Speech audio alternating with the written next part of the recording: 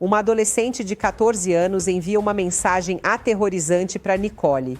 O moleque quer te matar. 4 dias depois, a mesma menina que enviou esse aviso é quem esquiu arteja Nicole com as próprias mãos. Porque ela avisou a vítima sobre o próprio crime que planejava cometer. Foi um jogo psicológico perverso para atormentar Nicole antes de matá-la. E se essa mensagem foi a prova de que o crime foi friamente calculado há muito tempo? Nicole Pogger, de 15 anos, recebeu o aviso mais sinistro de sua vida de quem menos esperava, da própria pessoa que depois a esquartejaria. A assassina não estava tentando salvá-la, estava saboreando o medo que causava antes de executar seu plano macabro. 2 adolescentes que deveriam estar brincando, estudando, construindo sonhos, planejaram e executaram um dos crimes mais brutais já registrados no país. O corpo foi encontrado sem braços e pernas, envolto nos lençóis da casa do assassino, com a sigla PCC nas costas para confundir a polícia.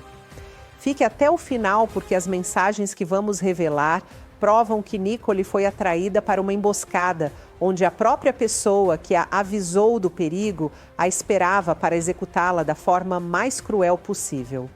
A crueldade por trás do assassinato de Nicole Pogger precisa ser analisada desde o início desta tragédia que se iniciou com uma simples viagem de férias. Nicole era uma jovem de 15 anos, residente em Mococa, interior de São Paulo, estudante de mecânica caracterizada pela família como muito amada e querida por todos. Pouquíssimas vezes que ela foi nesse namorado e logo voltava para a casa do vô. Eu tinha todas as informações necessárias, peguei endereço, perguntei e fui atrás de conhecer a família, revelou, defendendo-se de críticas sobre suposta negligência. Em junho de 2025, Nicole fez uma viagem de aproximadamente 200 quilômetros até Hortolândia para passar as férias na casa do avô e reencontrar o namorado que conhecia desde a infância. Eles haviam estudado juntos quando eram crianças, mas quando a família de Nicole se mudou para Mococa, o relacionamento continuou à distância. O que a família não sabia é que estava lidando com um casal de psicopatas adolescentes que já planejavam usar Nicole como peça descartável num jogo doentio de ciúmes e manipulação. O namorado de 17 anos mantinha 2 relacionamentos simultâneos, um com Nicole e outro com uma menina de 14 anos que se tornaria sua parceira no crime. A mãe relembra com dor o último contato que teve com a filha. Ela me mandou uma foto no WhatsApp sorrindo e ela nunca sorria para a foto, ela ficava serinha nas fotos dela e aí ela sorriu na foto e falou: "Mamãe, eu tô bem". Essas foram praticamente as últimas palavras de uma filha para sua mãe, sem saber que já estava sendo observada por seus futuros assassinos. O que torna este caso ainda mais sinistro é descobrir que Nicole não apenas foi vítima de um crime brutal, mas foi psicologicamente torturada antes de morrer. A adolescente de 14 anos, que depois se tornaria sua assassina, entrou em contato com Nicole através das redes sociais dias antes do crime. A conversa começou de forma aparentemente casual, com a menor questionando se Nicole havia encontrado com o namorado. Mas o tom rapidamente mudou para algo muito mais sombrio. A futura assassina escreveu: "Eu não ligo o que vocês fizeram, mas quero a verdade. Não precisa encobrir porque ama ele, mas não vou nem falar que falei contigo." Era uma encenação perfeita de quem supostamente estava apenas curiosa sobre o relacionamento, mas que na verdade estava coordenando uma emboscada mortal. E então veio a mensagem que mudaria tudo: "O moleque quer te matar." Imagine o terror de Nicole ao receber essa mensagem de uma desconhecida. Mas o que ela não sabia é que não estava recebendo um aviso para se proteger. Estava recebendo uma ameaça direta da própria pessoa que depois a esquartejaria com as próprias mãos. Essa mensagem não foi um ato de compaixão ou um aviso genuíno. Foi parte de um jogo psicológico perverso onde a assassina saboreava o medo que estava causando em sua futura vítima. A menina de 14 anos estava testando o terror de Nicole, alimentando-se psicologicamente do pânico que suas palavras causariam. A investigação revelou que, paralelamente a essa conversa, o namorado de Nicole também trocava mensagens com amigos revelando seus verdadeiros sentimentos. Em conversas obtidas com exclusividade pela polícia, o adolescente de 17 anos disse friamente: "Se ela quiser, eu mato aquela menina que ela não gosta." A ela que ele se referia era exatamente a menina que havia enviado a ameaça para Nicole. O plano estava cristalino. A assassina queria que Nicole fosse eliminada e o namorado estava disposto a fazer qualquer coisa para agradar sua nova companheira, incluindo matar a ex-namorada. Na mesma conversa, ele complementa com ainda mais frieza. Eu também não gosto, eu tentei fazer ciúmes porque ela estava com o moleque lá. Essa frase revela que Nicole era vista apenas como um objeto, uma ferramenta para causar ciúmes, alguém completamente descartável aos olhos dele. Em outras mensagens descobertas pela investigação, o assassino confessa que pagaria para matar aquela menina e que sentia nojo de Nicole. Palavras que mostram um nível de ódio que vai muito além de qualquer conflito adolescente normal. Era ódio puro, calculado e direcionado contra uma menina inocente que apenas amava a pessoa errada. A investigação também revelou detalhes perturbadores sobre o perfil dos assassinos.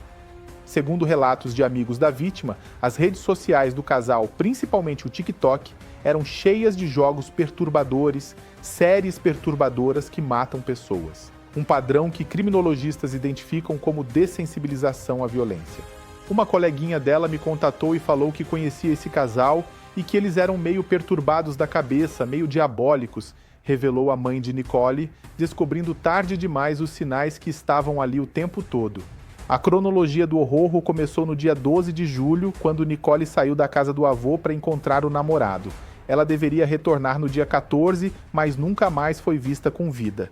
Durante esses dias cruciais, alguém assumiu o controle de suas redes sociais, enviando mensagens para simular que estava tudo bem, numa manipulação psicológica cruel com a família. No dia 12 de julho, Nicole foi até a casa do namorado, acreditando que seria apenas mais um encontro romântico. Mas o que a esperava era uma emboscada mortal planejada por duas pessoas que já haviam decidido não apenas matá-la, mas fazê-la sofrer antes da morte. Segundo a confissão dos próprios assassinos, o crime aconteceu dentro da casa do rapaz, onde ele morava com o pai. A menina de 14 anos, a mesma que havia enviado a mensagem "O moleque quer te matar", confessou ter desferido a primeira facada nas costas de Nicole.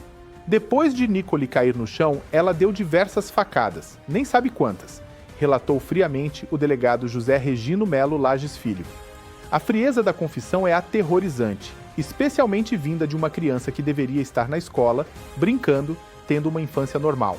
A adolescente assassina não demonstrou qualquer arrependimento ao descrever como seccionou o corpo em diversos pedaços e tentou cortar a vítima ao meio para poder colocar na carriola e levarem até o rio. Quando perceberam que não conseguiriam transportar o corpo inteiro, decidiram esquartejá-lo completamente. O delegado revelou um detalhe que expõe a psicopatia da menor. Em nenhum momento ela se mostrou arrependida, afirmando que agiu com frieza total no momento da confissão, uma adolescente de apenas 14 anos demonstrando mais frieza que criminosos experientes. A menina de 14 anos assumiu ter feito a maior parte do trabalho macabro, enquanto o namorado ajudou também a cortar, levar o corpo, desovar, ocultar o cadáver no lago. O nível de planejamento fica ainda mais evidente quando analisamos como eles tentaram esconder o crime. Primeiro, limparam cuidadosamente a casa, tentando apagar vestígios de sangue. Depois, enrolaram o corpo esquartejado nos próprios lençóis da casa e em uma lona azul, colocando pedras dentro para que afundasse no lago. Para completar a encenação, escreveram a sigla PCC nas costas de Nicole, numa tentativa grosseira de simular envolvimento com o crime organizado. Mas a polícia rapidamente identificou isso como uma farsa destinada a desviar o foco da investigação.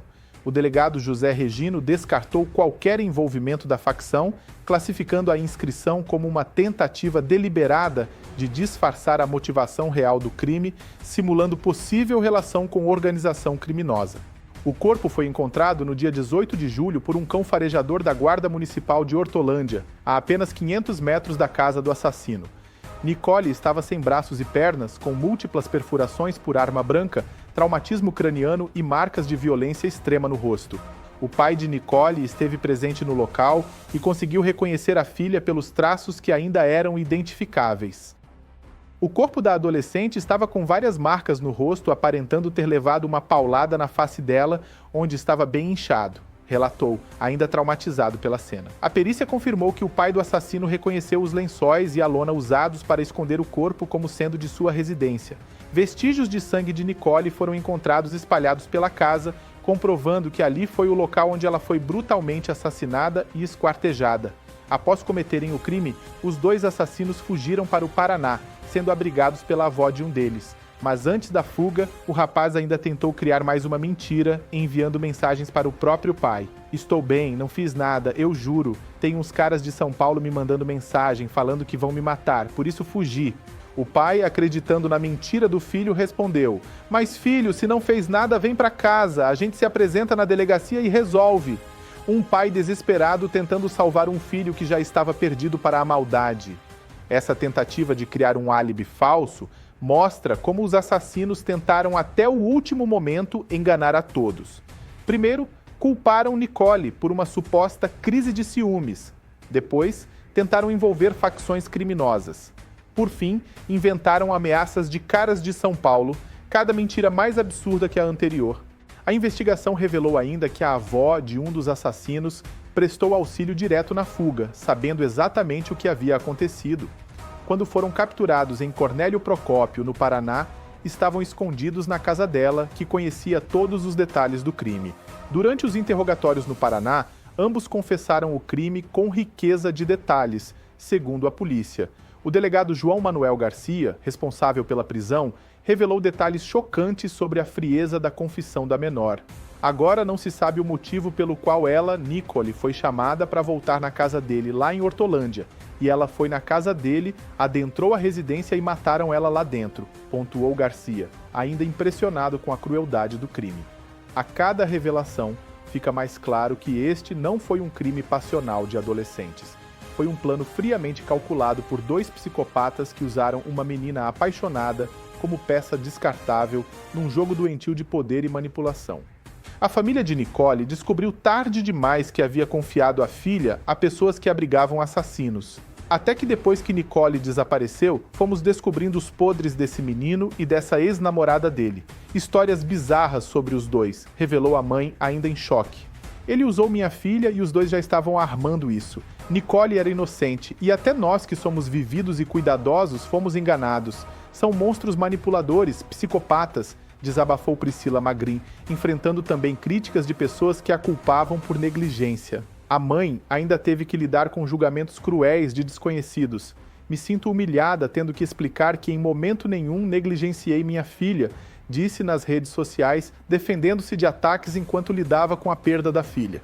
O que mais impressiona neste caso é como uma criança de 14 anos conseguiu não apenas planejar um assassinato, mas executá-lo com uma frieza que assombra até investigadores experientes. Como alguém tão jovem pode enviar uma mensagem aterrorizante, o moleque quer te matar, e depois ser exatamente a pessoa que executa essa ameaça? Os dois assassinos foram capturados, confessaram e foram encaminhados para a Fundação Casa Andorinhas, em Campinas. Mas surge a pergunta que não quer calar. Medidas socioeducativas são suficientes para psicopatas que planejaram e executaram um crime tão brutal? Em no máximo 3 anos, eles estarão livres novamente.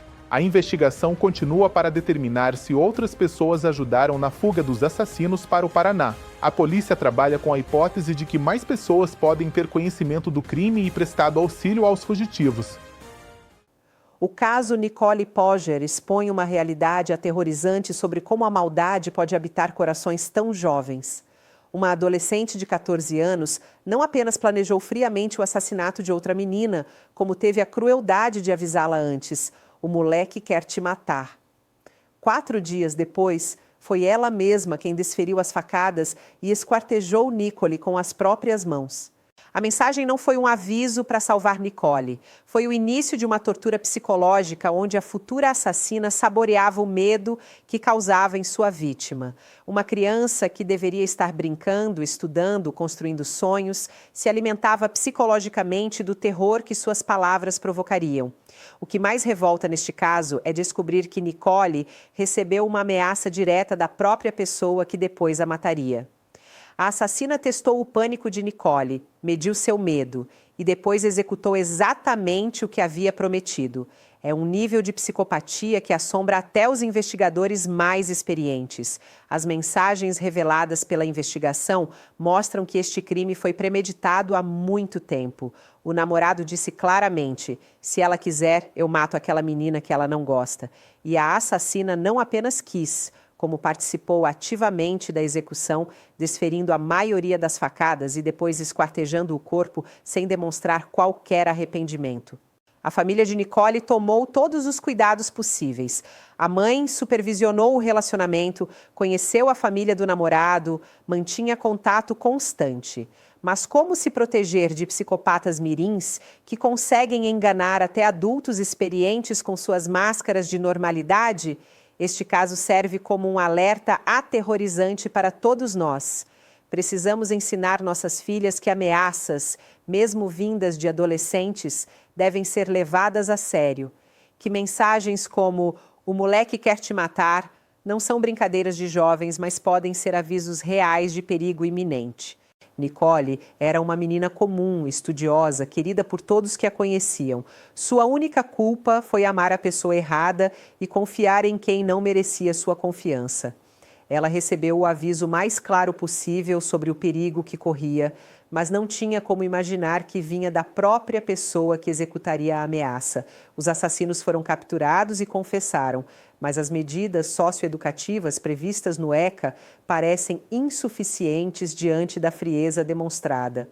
Uma adolescente que envia ameaças de morte e depois as executa sem demonstrar arrependimento deveria receber o mesmo tratamento que um adulto? Em, no máximo, 3 anos, 2 psicopatas que planejaram e executaram um crime brutal estarão livres. A menina que disse "o moleque quer te matar" e depois esquartejou a vítima estará de volta às ruas. Será que nossa sociedade está preparada para essa realidade?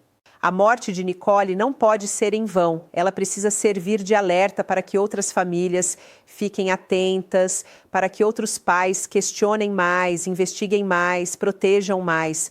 Porque no mundo de hoje, a maldade pode vir disfarçada das faces mais jovens e aparentemente inocentes. Que Deus console o coração quebrantado da família Pogeri neste momento de dor inominável.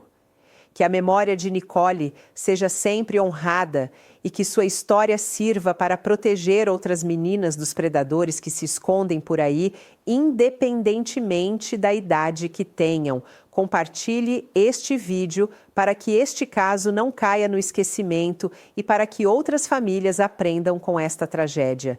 Deixe sua opinião nos comentários. Você acredita que a mensagem "o moleque quer te matar" prova que o crime foi premeditado? Como uma criança de 14 anos pode ter tanta maldade no coração? Que Deus nos dê sabedoria para proteger nossas famílias e discernimento para reconhecer o mal disfarçado de bem, mesmo quando vem de rostos jovens e aparentemente inocentes. Que Ele abençoe você e sua família, mantendo-a sempre sob sua proteção divina.